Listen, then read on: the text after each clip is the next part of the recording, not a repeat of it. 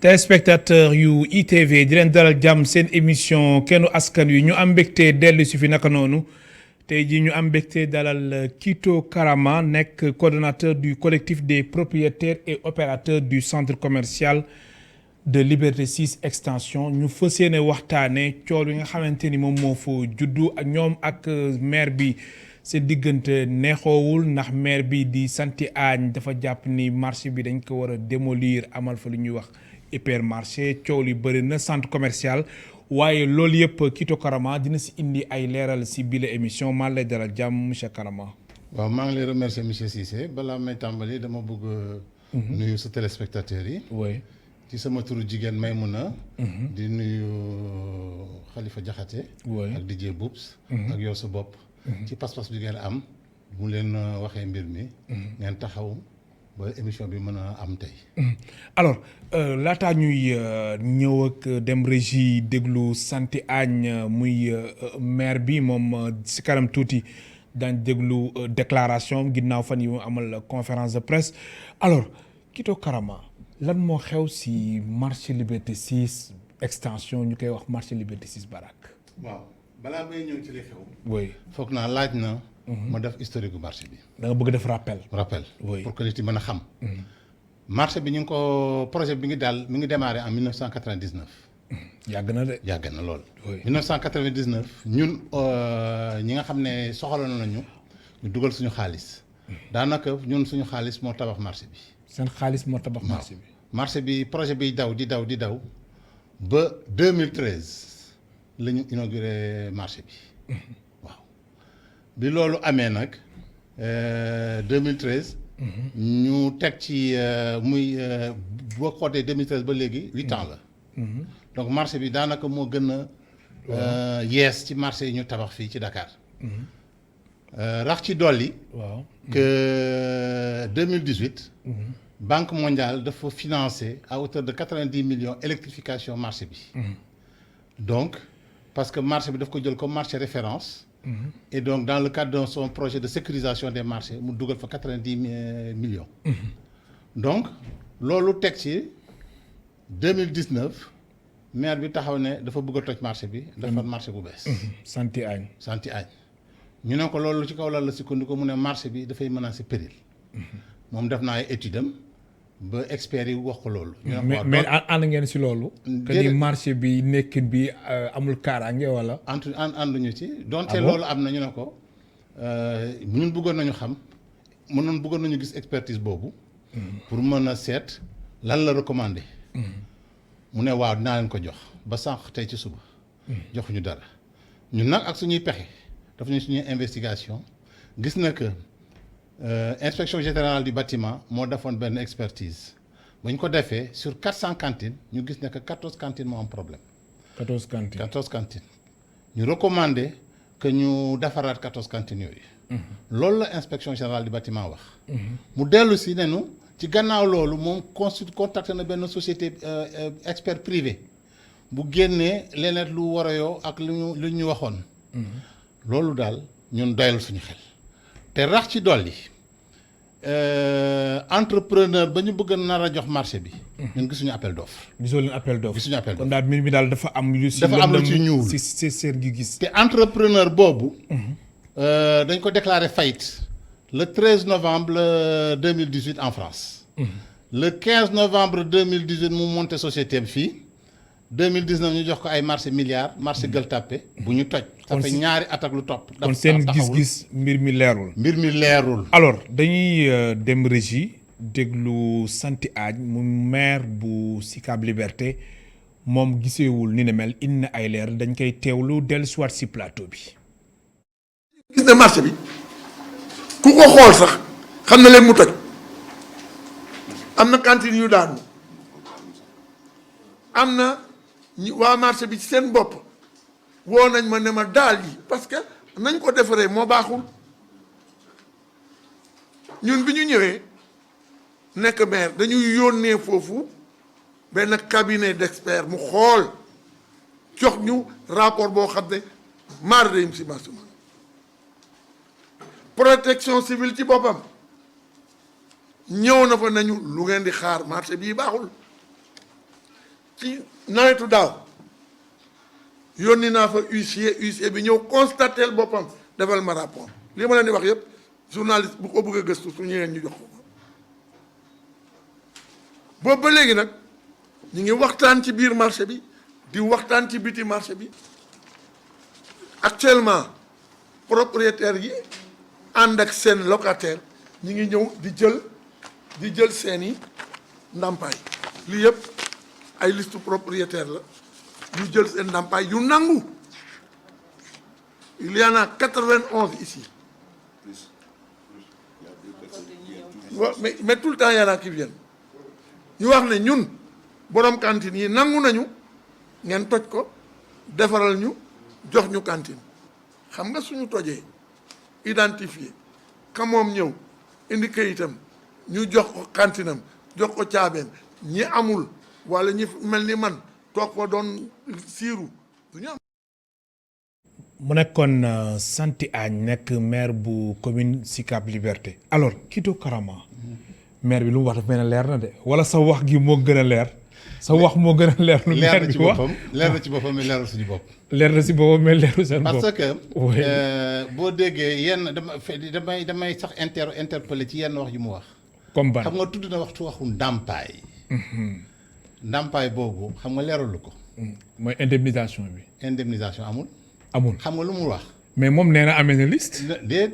nee na ndàmpaay am na. man xam nga lu ma bëggoon. la nga bëggoon. ni ma joxe jëlee kayit jox la ko mu jël kayit yónnee la ko wax ji leer xam nga wax rek mën nañu def lu ne wax lu nekk tabax lu nekk man xam nga bi ma lay li ma wax yëpp dama la jox ay kayit yu leer yónnee la ko nga gis ko. laajal Santy Agne mu yónnee la kayit yuy firndeel li mu wax man na mën la benn leeral xam nga lu mu def lu ñu def ñoom. dañu dem ci locataires yi ne leen ñëw leen ñu defaral leen benn attestation de résiliation de contrat de location xam nga kooku amuñ sax droit def ko parce que ñoom loué wuñu contrat bi c'est entre le bailleur et le locataire mairie mënu substituer au bailleur ñoom ils se sont substitués au bailleur pour résilier un contrat jox locataires yi 130 000 120 000 su ma jumloo 120 000 locataires yi ñun propriétaires yi waxuñu dara c'est-à-dire ñoom lu ñu sumboon moo di que locataires yi génn marché bi wéet amul jaaykat ñu ñëw ne marché bi amul dara ñu toj ko. te loolu àndoo leen si. ñun ànduñu ci tey ànduñu ci ëllëg parce que ñun la ñu wax dafa leer nee nañu da ngeen am rapport d'expertise. indil leen ñu seen rapport ñu won la ko man li ma lay wax rapport inspection de bâtiment. am naa ko leer na nañ liñ ci wax. rapport bi lan moo si nekk. dañ ne 14 bâtiments ñoo am problème 14 cantines. sur 400. sur 400. Ils ont recommandé la réhabilitation de ces cantines. ba seen jox sommation seen borom ba seen borom commencé di ko liggéey. léegi moom na la jox rapport bu mu wax cabinet expert boobu. ñun laaj nañ ko. mais maire bi est-ce que gisul ni dafa war a indi ay coppite foofu mu bëgg a defaraat ba mu mucc ayib. waaw boo bëggee indi coppite. da ngay toog waxtaan ak borom cantine yi loolu defu ko. kon waxtaan amul. waxtaan amul ñun gis nga suñu correspondant ñuy bind ak accusé de réception bind nañ ko pour wax toog ñu waxtaan. tontuwul ba tey. ba léegi nii. ba léegi nii yónnee nañ ko sax sommation assignation par voie d'huissier. oui pour mu tontu ñu ne ñun dañu bëgg a toog ak mu waxtaan tontuwul ñun affaire bi lenn la moo ci kii nekk ñun ne boo buggee liggéey lu baax ñun ñëpp dañu àndal lu baax parce que ñun ñi ci nekk ci marché ba. ñu ci bari ñun ay émigré lañu. ñu ci bari te Europe la ñu nekkoon daan seen doole. gis nañ la fa am lu baax bëgg nañ ko seen réew. wante tamit lépp dañ koy awale ci yoon. man nag doo ma faagaagal. alors Kito Karama. seen xel si lan la tey si seen gis-gis maire bi lan la bëgg def foofu. ñoom foncier ba leen intéressé. suuf si. lañ fa nar nag. moo leen intéressé. lan fa nar ñu nar ko def lan. parce que am na ay multinationales de la distribution yu intéressé wu ci site bi. ah bon waaw. marché Liberté 6. extension marché Liberté 6 Barak. waaw am na ñu ci teg seen bët. te da nga jàpp ni maire bi ñooñu. la bëgg jox suuf si ñooñu la teel tànk. yéen boobaa noo leen di def. waaw ñun nag. mais maire bi dafa ni da leen di tabaxal foofu. déet loolu la wax. mais seen xel daal moo dalul. non bu dee dañuy tabaxal foofu ñun amuñu problème. na ñëw toog ñu waxtaan. wax ñu ne anam ñi lañ koy tabaxee. yéen seen moomeel lii la chantier bi tàng muy at lay durer ñi fa nekkoon jox nañ leen site de recasement le temps que marché bi pare. loolu yëpp amul. dara amu ci dara li ba lay wax ni dara amu ci ba pare teg ci ne garantie ñu am ci entrepreneur bi lii la parce que ñoom lenn laa lay fàtte wax. li ñu wax non seulement dañuy teg suñu carte yi dañu laaj 300000 teg ci.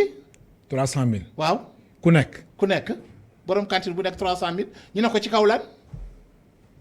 borom cantine bi nag dafa war a joxe 300000. dafa war a joxe dañuy toj sa cantine nga joxe waat 300000 pour am benn cantine te cantine boobu waxuñu la sax dimension yi ni mu toll. donc kon su ma la déggee bu baax Kito Karama mooy dafa am benn manque de communication gu am seen diggante ak maire bu Sicap Liberté di Santy Agne. waxuma la maanaam mbir mi amul communication. très bien amul communication jóge ci maire ñëw ci ñun daal ñun ñooy jam di ko soññ. di wax ne ko bëgg nañ dajeek yow mais moom ala kulli àll mësul ñëw yëg ne dinaa dajeek yéen lépp lu ñu am comme daje ñun ñoo ko laaj. mais seen coow li ba kañ est-ce que jotul ngeen trouver solution fekkee ni marché bi dañ si wéer a indi ay coppite xam nga àdduna aussi dafay dox peut-être moom gis na ni foofu war nañ ko mën defaraat ba mu mucc ayib. ala kulli àll ñun soppite la bëgg nañu soppite. loolu rek nañu namm suñu réew. oui. mais lépp loo gis rek nañ ko teg ci yoon. oui teg ko ci waxtaan. parce que lépp ci waxtaan la lépp xaj. xëccoo bi amul solo. Sénégal ñoo ko bokk. oui bu ñu ko defaree ñun lay jëriñ. kon nag maire na toog ñu waxtaan nanguwu ko donc bañ boobu bañ waxtaan ak ñun ñu xalaat suñu xel ñaaw. ma fàttali suñu mbokk téléspectateurs yi ñu ngi dalal Kito Karama. Coordonnateur du collectif des propriétaires et opérateurs du centre commercial de Liberté 6 extension mu ngeen participer ci émission bi soo leen wootee ci 88 628 74 74 88 628 74 74.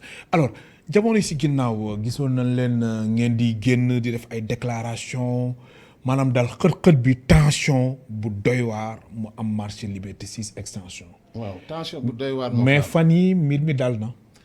dara dalagul. c'est-à-dire dañoo mais yéen jaay ñu ngi jaay normalement commerçant yi clients yi aussi ñu ngi ñëw macha allah. clients yaa ngi ñëw mais xam nga rek bu yëngu-yëngu amee ci marché. dina am période trouble bu muy créer. parce que doo réeree mbir ne que 2020 année bu metti la ci ñun. liggéey ñu nax mbas mi. léegi bi président de la république décidé lever état d'urgence sanitaire bi. la ñu ci bari ci ñun dem lebi pour mën a démarrer seen activité. kon ñu bëri ci jaaykat yi nekk marché Liberté 6 extension dañu dem lebi. dañu dem lebi ci ndax maanaam Covid bi daf leen laal. ñu lebi yaakaar ci lever état d'urgence sanitaire bi que affaire bi démarrer ak ci koor gi ñuy korité gi ñuy jëm. que mu mën a booster économie bi tuuti. ci kaw loolu la ñu ñëw bëgg ñu faagaagal ñu ne leen nag. yéen boo ay maire dafa war a am yërmande ci askanam bu amul yërmande sax mu ñëw toog ak waxtaan ak ñoom. mais maire bi aussi su gisee ni foofu kaaraange bi demeewul noonu mën na ko coppi indi si ay coppite voilà. non ñun. waaw maire am na ay prérogatives am. ñun duñu agir ci prérogative maire. mais dañ na rek bu dee gis-gisam loolu la te wóor na ko ne loolu la nañ am na ay arguments yoo xam ne mën nañu convaincre ñun. ñun nangu adhéré ci projet mu neen projet bi nii la tëddee nii laa ko buggee bu ñu waxtaanee du ñàkk ñu am ñu déggoo ci kàddu. dinañu am foo xam ne daañ fa juboo daañ fa gis suñu bopp. mais ñun dañu gisul suñu bopp ci projet bi parce que projet bi da koo teg ne sama projet la neex leen naqari leen danaa ko def. te marché bi mu ngi dox bu baax. marché baa ngi dox macha allah. te yéen a ngi gis ay clients. macha allah mais clients yaa ngi ñëw. daanaka sax affaire bi mu coow bi mu joolee. nit yi sax dañoo ñëw sax ñu bari clients yi dañoo gën a ñëw. ah bon parce que kumpa gi pour xam marché bi rek na wute. kon période bii nii daal da ngeen gis ni clients yi dañ gën a yokku. macha allah ñu ngi sant yàlla di xeeb di doole. maanaam ñaan yàlla xeeb doole. kumpa bi daal moo leen di rey. kumpa gi rey nañu lu bari. wante tamit. oui. am na loo xam ne li war nañu ko bàyyi xel. muy la parce que boo xoolee. ñun 400 cantines moo fa nekk. cantine muy ñeenti téeméer. waaw mu ñeenti téeméer. cantine bu nekk dina jël 2 personnes ñuy liggéey. te ku nekk famille bu nekk xam nga ne ñeent ba juróomi bant la ñuy am. gis nga léppay dund ci kaw marché boobu. ñu bëgg a xëy benn suba jël leen sànni leen ci mbedd mi. amuñu sax fu ñu daanee seen doole. ñu ne leen gaa 120 000 lañ leen di jox ngeen jaay yéen borom cantine yi doo leen wax tëj leen seen gémmiñ kooku mun xel mënu ko nangu. ñun bu loolu amee dañoo bind autorité yi. oui bi ñu mujj sax dañoo yéen autorité ngeen bind. bind nañu bu ci mujj président de la république la ñu bind. oui ci boppam. bind nañu fi woon ministre de l'intérieur bi coow bi commencé woon ak préfet ak ñi ak ñeneen ak ñeneen. même ministre de la petite entreprise et du commerce bind nañ ko madame Assoubé Diatta. mais li doy waar suñu dëkk te gisuma ko yenn dëkk yi parce que ñun ñu ci bari da ngeen. maanaam kenn tontuwu leen maanaam daal ñi ngeen bind ñëpp. kenn tontuwu leen ba léegi nii kenn tontuwuñu ba léegi kenn waxuñu sax accusé réception jot nañu seen këyit bu ñu ko amoon sax ñu sant yàlla wante du kenn looloo doy waar suñu réew. parce que dafay mel ni que ñun. oui. compté wuñu. mën nga def portable bi silencieux comme ni nga ko defee sànq ma fàttali suñu mbokk téléspectateurs yi ñu ngi dalal Kito Karama nekk coordonnateur du collectif des propriétaires et opérateurs du centre commercial de Liberté 6 extension ñu fas yéene waxtaanee lépp lu jëm ci wàllum marché Liberté 6 extension. Kito Karama ma bàyyi la nga àggali sa explication ginnaaw coow gi nga xamante ni judd na ci marché Liberté 6 extension. waaw donc ñun. dañoo bind autorité yi. président de la république ministre de l'intérieur préfet sous-préfet. bu ci mujj bind nañu sax ministre de la petite entreprise. mais kenn xoroma lañu. ministre du commerce. ministre du commerce. moom tamit tontuwu leen. kenn tontuwuñu moom à la limite am na excuse parce que moom la ñu mujjee bind. ma am yaakaar na xëy na dinañ tontu fii ak i fan. wante ñi ci des ay weer a ngi. bind nañ leen alors seen diggante ak Senelec lan la temps yi la tamit foofu amoon na coow de. waaw agence Senelec yi. waaw coow amoon na fa d'ailleurs sax. da ngeen taxawoon ni Senelec fii du fi teg tànkam wala lan moo fa xewoon. mënuma la wax li am exactement parce que bi coow bi am man fekk sama kër la ma fekk. ah mais Kito Karama en tant que coordonnateur li ma ci am en tant que coordonnateur du collectif même coow li si la fa fekkul. li ci war am nga mën a xam exactement. lan moo fa amoon li ma ci dégg xam nga wax yi. maanaam version yi dafa bëri. waaw version dafa bëri. xam nga loo fekkeewul wax ci dafay doy waar. mais liñ ma wax dañ ne jàppante dafa amoon ci marché ba. ak ay nit yu jógee biti ci biti. ndax loolu sax moom moo tax ba police génne woon communiqué. voilà di leeral ni jàppante fi amoon moom laalewu si ak dara. voilà ay nit yu jóge woon ci biti. oui jàppante am fa. teg ci loolu ñu coupé courant bi ci benn pàcc marché bi. donc coupure bi da ngeen jàppoon ni tayef la. ñu jàppoon ne que coupure bi. panne technique la événement yi. man dafa tombé. dafa tombé indi ay gaaf. mais concomitance bi du tombé rek. planification la woon. kon tayef la. parce que bi loolu amee. tayef la si sa gis-gis. waaw bi loolu amee ñun dem nañu gis waa Senelec. waxtaan ak ñoom. ñu xam ne que dañ leen mairie moo leen waxoon pour ñu dagg ko. ñu ne ñoom comme li amoon na fa ñoom xamuñu woon mbir mi nu mu tëddee woon. ñu ne comme li am na ñoom daal bëgg nañu lay fi leer ëllëg diggante ñoom ak mairie. ñun ñu def sommation interpellative. parce que ñun bi ab loolu amee ñun bi mbir mi amee xam nga ñu ngi yëglu ñu ngi ñaxtu ci télé yi ci média yi mais teewul jël nañu avocat pour mu défendre suñu àq ak suñu yelleef. donc avocat bi yónnee woon na sommation interpellative Senelec pour xam lan moo sookee coupure boobu. pour ñu mën a xam. donc sommation bi yónnee nañ ko Senelec léegi war na tontu bu tontoo suñu avocat dina ko te def liggéeyam. ak coow li ak ñu ñu déggee maire santé añ di waxee moom fas yéenewul dellu ginnaaw si sa gis-gis saafara si lan la war a doon. ndax waxtaan ba jiboo vraiment moom dafa jot. non ñun waxtaan la ñu mës a woote. waxtaan mooy njëkk waxtaan mooy mujj. ñun de am nañu yaakaar ne bu ñu toogee waxtaan. déggoo dina ci am jubóo dina ci am. yéen la ngeen di proposer yéen la ngeen di proposer maire bi. ñun la ñuy wax. wala jaay doole bi ngeen dul nangu. ñun jaay doole nañ ko teg fee. mu indi projet am teg nañu sama projet nii la tëddee ñu xam ñun xamuñu lan la bugg a tabax xamuñu dimension cantine nu mu toll xamuñu yan garantie la ñu am ak entrepreneur bi xamuñu commerçant yi fa nekk am nañu àq tamit am nañu yelleef. fu ñu leen di dugal le temps que projet bi pare yooyu yëpp ay wax yoo xam ne wax yu war a leer la ñu war a leeral la daal samp ay laaj ay questions ay yoo xamante questions ne amagoo leen si tontu amul ba ci léegi benn tontu loolu yëpp bu ñu ta amee réponse yooyu mu dal suñu xel foog naa ñun ay magum jëmm lañu ku ci nekk xam nga li nga bëgg bu boobaa ñun dañu dellu ci askan bi ñu mandaté woon wax leen et bu boobaa ñoom ñu ñëw toog ne maire bi voilà ñun nii la ak lii la ñu si ñu d'accord nañu ñu xaatim lu ñu d'accord ñu xaatim lu ñu d'accord lu ñu ko xaatim ñu ñu def ay aménagement kon jamono ji il n'est pas question ñuy démolir marché Liberté 6 extension ci anam bii mu ko naree waaw nanguwuñ ko jaay doole da ngeen mobiliser taxaw foofu ni kenn du daaneel marché bi nee nañu jaay doole jóge na fi ci dëkk bi dëkku droit la nañu doxal droit ngir yàlla kenn jaayatu fi doole loolu moo war a denc réew mi yoon dafa am lépp looy def jaarale ko ci yoon ak noo mënti toll ak sa maaxaama nu mu day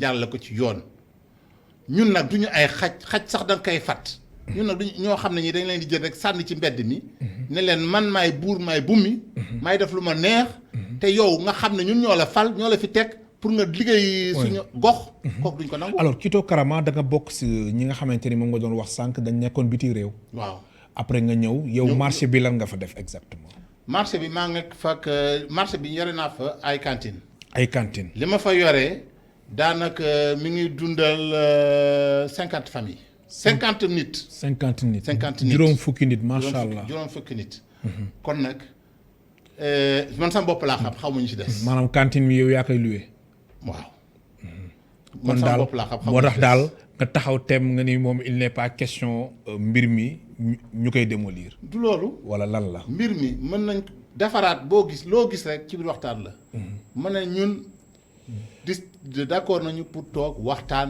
ak suñu maire bu ñu waxtaanee foog naa dina fa am lu constructif lu fa jóge mais tey jii amuñu ku ñu waxtaanal ñun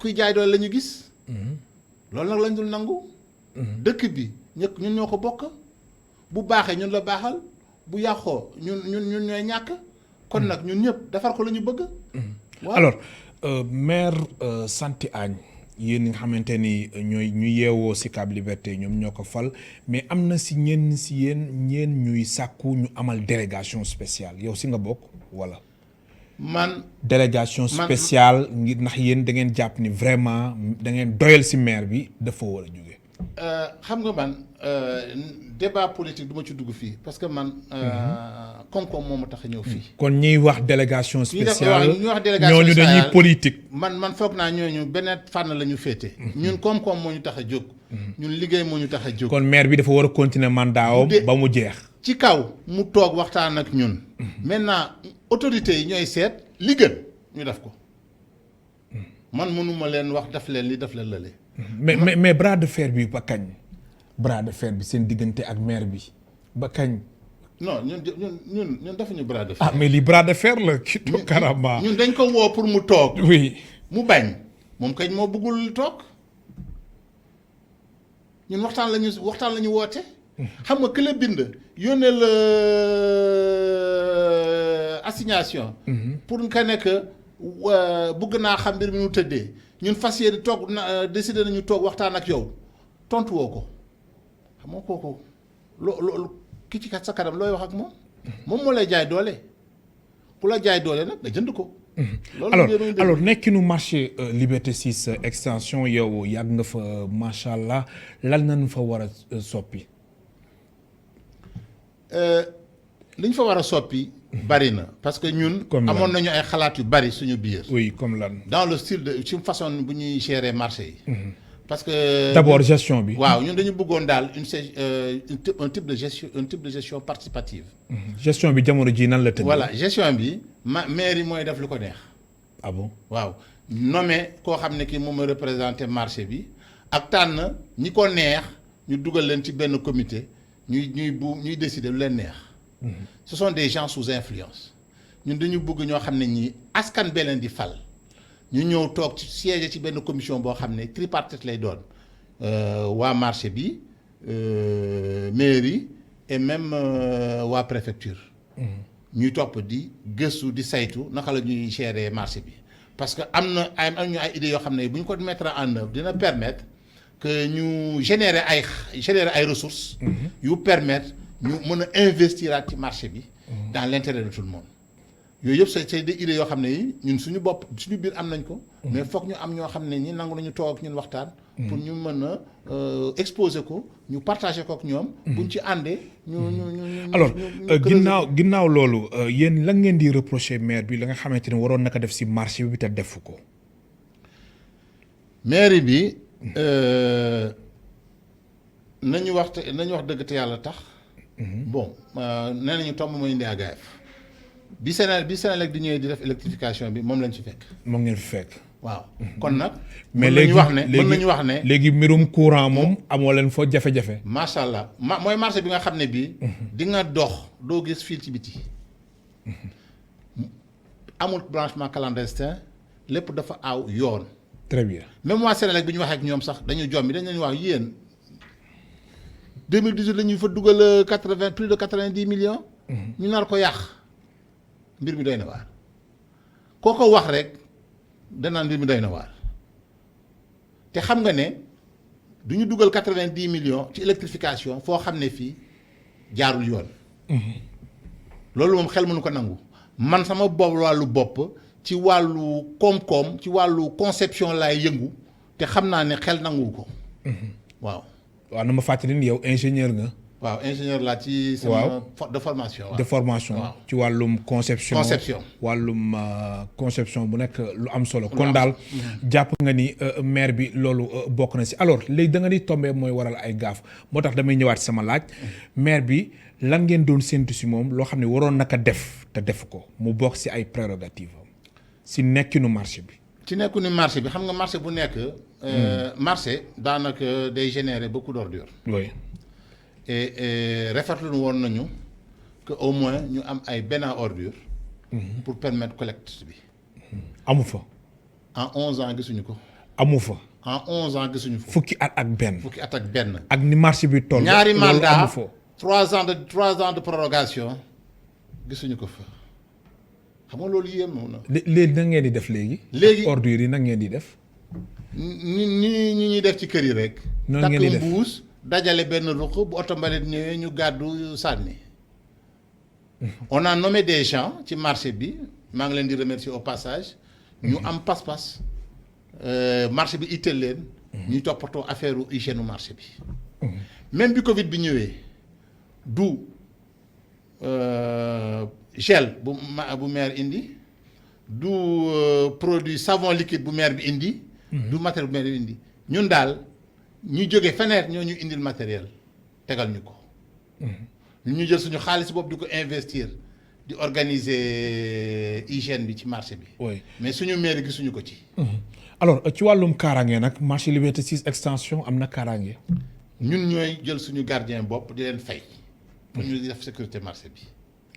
yéen ñun ñoo cotiser. maanaam commerçant yi ku nekk da ngay cotiser. weer bu nekk di fay seeni gardien du mairie moo ñuy gardeel marché bi.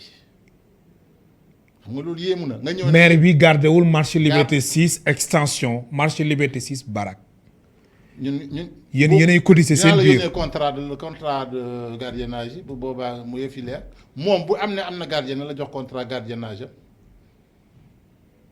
man xam nga lépp lu may def rek ci lu leer laa koy. mais léegi maire bi la moo tax deful li ni mel. maire bi toj mooy liggéeyam. toj la mën. toj moo tax seen xel tey si. waaw toj la mën ngeen ni suuf si la gars yi bëgg saax-saaxe.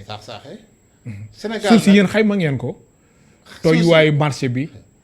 suuf si jalgati yi fi am dafa bari. ah bon. si ban fànn. Kito Karama. suuf si marché bi. ni mu waroon toll. ak ni mu toll tey ute na. si nan. parce que marché bi à peu près c'était le tiers que la ñu tabax marché. ah bon. li ci des dañ ko lotissé jaay ko ay terrain ñu def ko kër. ah pour ku def loolu maire bi. maire yi maire yi suñu maire yi ñu fal ñoo ko def. kan moo ko def maire yi bu Sicap Liberté wala lan. pour mu maire yi fi nekkoon ñoo ko def. maire yi fi nekkoon ñoo ko def maire ki fi nekk waxu ci yooyu liaat bi kon marché bi nu mu waroon toll. tolluwu ko. tolluwu ko maanaam dañ ko xaaj ay pàcc. defar marché yeneen yi ñu jaay ko liwee ko. ñu def ko kër. te yéen ba léegi amoo leen ci benn explication. ñooy maire ñoom ñooy buur nee nañu ñoo lay dàq tey da ngay Sénégal laa gis fii nga jënd sa cantine ñu xëy dàq la ne la amoo fi dara amoo droit Sénégal laa gis. Sénégal nga gis Sénégal la am ñu ne dëkku yoon la. mën nga jege micro bi. Kito Karama ñu ne dëkku yoon la. loolu xel mënu ko nangu.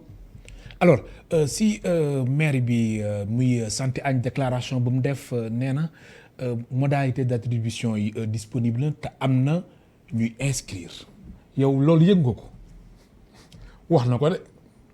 du ma ko démentir ci loolu.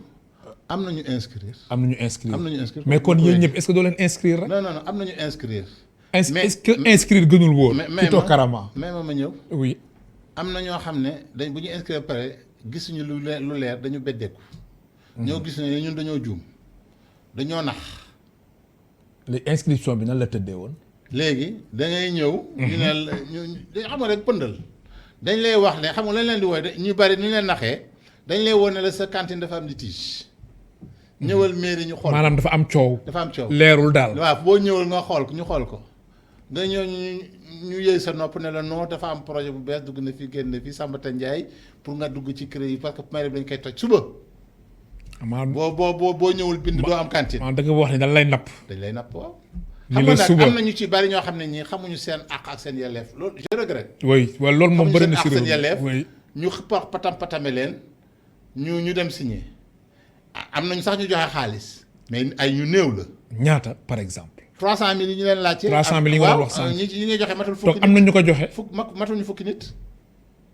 parce que bu ne ma 91 personnes lu yéeme la mu nangul ko waaye 400 cantines la mu nangu ko tamit. 400 cantines mu nangu ko.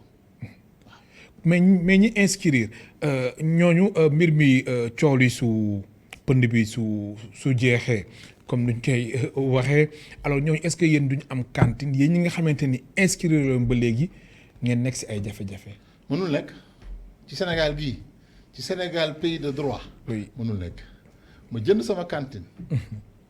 bu am samay kayit yu leer. nga ñëw tabax sa projet jaay ma doole jëndi ma fi ne la doo fi am dara xam nga kooku wax jooju du fi lay jeexee. waaw loolu doo leen ko seetaan. xel nanguwu ko. xel nanguwu ko. alors ñi nga xamante ni. moom mi koy wax sax. oui du ko def. alors ñi nga xamante ni dañ ñëw ni leen seen cantine dafa am coow mbir mi leerul ay litige la ñooñu ñan ñoo def loolu ñan ñoo leen yebal.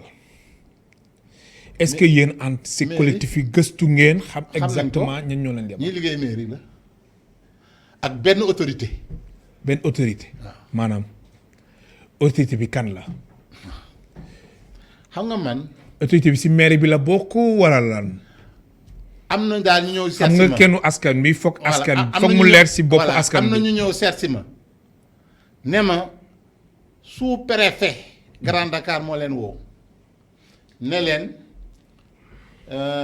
marché bi comme nañu ko war a toj da ngay résilier sa contrat de location ak sa locataire. waaw ñu signé foofu ba ñu paree ñu ne léegi demal mairie nga seeti waa mairie pour projet bu bees bi ñu dem mairie ne leen léegi da ngay joxe 300000 kooku ne mënuma ko du ma joxe 300000 dellu si mu toog mu ne leen léegi man yan garantie laa am que seen projet bi dina taxaw yan garantie laa am ne que du ma toog ay at du ma gis sama projet bi du taxaw amuma benn garantie bu mu demee ba xelam ba gëstu mu dellu si def rétractation. ah bon rétractation waaw. alors est-ce que aussi jamono ji jotul yéen ngeen proposer maire bi fekkee ne dafay réhabiliter marché bi ngeen ni que nii ngeen ko bëgg mbir mi tëddee nii la war a demee est-ce que loolu tamit jotul ndax fekkee ni aussi da ngeen di taxaw fi ngeen taxaw rek ni kenn du ko démolir mais est-ce que aussi doo leen proposer mais ñun. force de proposition. ñun on a toujours été une force de proposition. moo tax ñu woowoon ko pour mu toog xam nga di bindante dara du sotti. il faut que ñu toog de façon apaisée ñu toog waxtaan ñu ne ñu teg ne voilà ñun lii la ñu xalaat. yéen li ngeen xalaat du ñàkk ñu am point de convergence du ñàkk ñu am gis-gis yu ànd ñu mën a continuer cheminer ensemble. kooku moom cheminement ensemble moom mënul ñàkk. mënul ñàkk. mais nag il faut que quand tu dis concertation il faut que mu nekk deux parties. man mënuma ñëw rek di wax li ma neex moom mënul rek toog foofu mu toog di wax lu ko neex. parce que na fàtte ne ko bu na fàttaliku ne ñoo ko fal. yéen a ko fal ñoo ko jox doole. doole boobu nag la bëgg jël ulbatu ko ci ñoom duñ ko nangu. alors marché Liberté 6 extension cantine yi lu ñu koy luwee fan ak fan la toll. xam nga cantine yi ñun sarax la sax daanaka. ah bon. cantine yi boobu bu ci nekk ñu ngi ko jëndee entre 1 million 800 2 millions 200. 1 million 800 2 millions 200 ngeen jëndee cantine yi. à l'époque. ban année la woon. 99. 99. boo ko actualisé tey cantine bu ci nekk ëpp na 5 millions tey jii. tey jii ëpp na 5 millions ñun cantine yi ñu ngi koy loué 15000 francs. 15000 francs. 15000 francs xam nga ko sarax la. cantine yi 15000 francs. 15000 francs bu seeree ba seer 20000. ñun dañoo bëgg suq askan bi liggéey parce que y a que des jeunes. yu ci bari mais loolu yoppal cantine yi 15000 francs ba 20000. oui. maanaam moom ngeen di loué foofu. moom la ñu loué foofu. boo fa demee nga def sa investigation nga laajte weesuwul loolu. parce que ñun li ñu ñor mooy marché bi dox. marché bi dox moo tax ngeen wàññi prix bi wàññi prix bi te fas yéene wuñ ko yokk parce que suñuy rakk ñoo fa nekk. parce que lenn moo particulier ci marché Liberté 6 ñu bari xamuñu ko. muy lan. xam nga marché bi ñun waa Sicap ñoo ko akimoo ay doomu Sicap ñoo fa jënd cantine ñu nekk ci dëkk bi ñu nekk bitim réew. oui Sicap Liberté 6 majorité ñoo waaw. ak suñuy jigéen ñoo jënd cantine yi. donc ñun nee ni doomu Sicap boo xaymaa 90% yi doomu Sicap la ñu. 90% doomu Sicap moom def marché bi seen marché parce que seen cité la nekk. bëgg nañu seen cité lu baax. du ñoom ñooy yàq. alors marché Liberté 6 aussi seetlu nañ beneen particularité mooy gis nañ fa ay jigéen ñu am fulla am fayda am jom di fa daan seen doole. ma ne la 80 bu nekk marché bi itteel leen trop. 80% yi. ñu fay daan seen doole. ñëpp moom cantine yi ay jigéen lañu. ñoom dañ ma naw tànn ma jiite leen mais jigéen ñi fa ëpp 80% yi jigéen la ñuy daan seen doole. jigéen ñi yore seen kër jigéen ñi am fulla am fayda waaw di xëy suba ak ngoon ñooñu la ñu bëgg a faagaagal ñooñu la ñu bëgg a néewal doole. loolu nag jaaduwul xel mënu ko nangu. léegi yan jéego ngeen fas yéene def. fekkee ni maire bi tegiwul tànkam. non léegi ñun commencé nañu procédure bi jël nañu suñu avocat commencé na procédure bi envoyé na Senelec sommation interpellative bu soobee yàlla dina am lu bees lu xew fii ak fin de semaine. ah bon waaw semaine bii nii. comme lan waaw xam nga rek. mais xam nga loolu foog nga wax ñu primeur bi lan moo fas yéene xew si semaine bii. Kito Karama mbirum justice. mbirum justice waaw am na lu nar a xew ci semaine bi ci mbirum justice. si naan. waaw. dina am na lu xew am na lu war a xew. Kito Karama xam nga am na lu war a xew dafa yaatu. non xam nga ñun taskatu xibaar soo ñu wax am na lu war a xew. waaw ñun dafa yaatu si ñun. foog nga wax ñu je vous promets de vous donner la primeur. mais wax ñu ko léegi mais maanaam foog nga ñamal ñu si tuuti. li war ndax li war a xew dafa yaatu. li tax bëgguma dugg ci yenn détails yi parce que dafa am firnde yu ma won nekk. wala nga may ñu si tuuti lépp loo xam ne lii ñun ñu ngi koy sumb rek. dina senn ci yeneen nopp. ah bon waaw. na senn ci yeneen nopp. kon da nga jàpp ni soo leen ko waxee léegi nii. xam nga rek. ne seytaan dafa bari doole.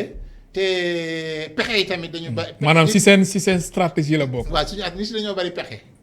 te ñun comme que ñun ay ñu tuuti lañu. amuñu doole yi ñenn ñi am. fokk rek ñuy def yenn démarches yi sous le sceau de la confidentialité. oui alors su weesoo marché Liberté 6 maire bu Sicap Liberté Santy Agne nan nga gisee gestion woom yow mi nga xamante ni Liberté Sicap Liberté nga nekk xam nga fa nan nga gisee gestion gestion doy na waar. ah bon doy na waar de. si nan man fa ma dëkk. kon su weesoo marché bi yow gestion moom rafetlu woo ko. déjà y a un problème fi ma dëkk. problème de sécurisation maanaam amuñu éclairage public. si bon côté.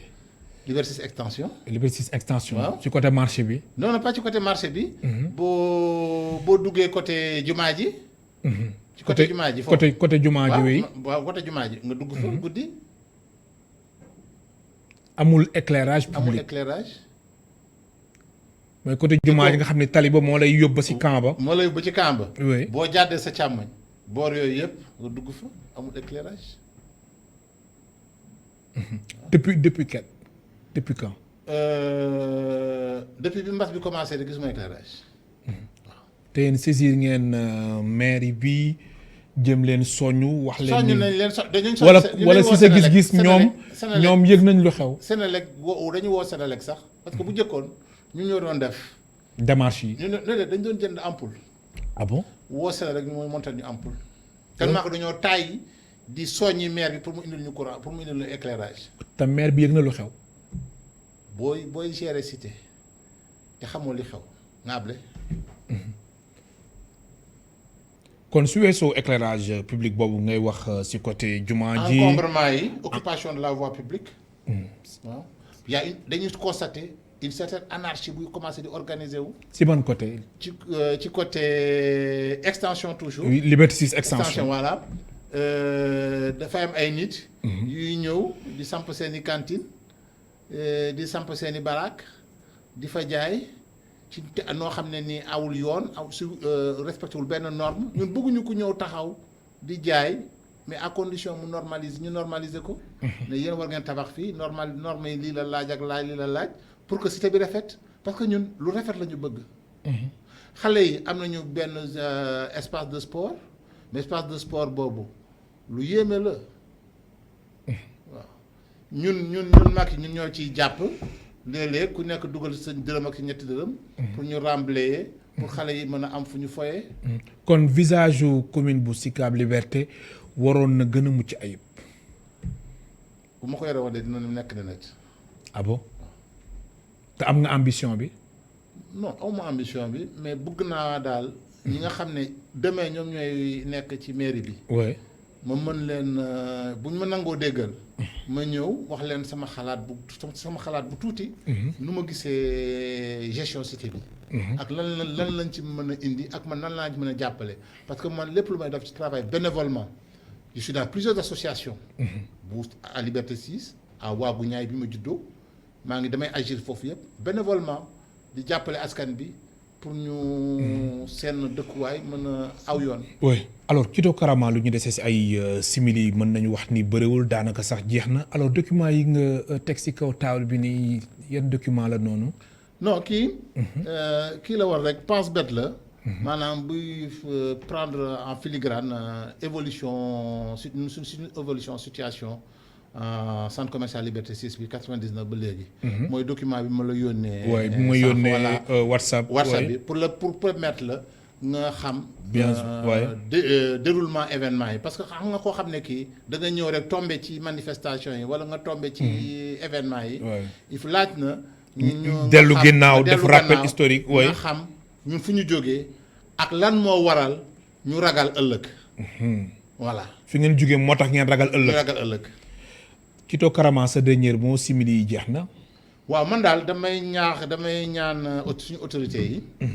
ñu jàppale ñu taxawuñu ba que ñun ak suñu maire ñu mën a gisee. toog waxtaan bu dal. ngeen trouver solution suñu avenir u cité ak suñu avenir u marché. man lay gërëm bu baax di la sant. maa ngi lay sant ma nit. mu nekkoon Kito Karama coordonnateur du collectif des propriétaires et opérateurs du centre commercial de Liberté 6 extension mu nekkoon tey suñu gan si émission Kennu Askan Wi di ko gërëm bu baax di ko sant di gërëm bu baax di leen sant yéen nga xamante ni mooy mbokk téléspectateurs yi ak mbokk internautes yi Ramatoulaye Sall Diop moo nekkoon si réalisation bi Iba Mar Sène moo nekkoon ci wàllum son bi Mafal Fall moo nekkoon si caméra bi ba suba incha allah ñeenti waxtu.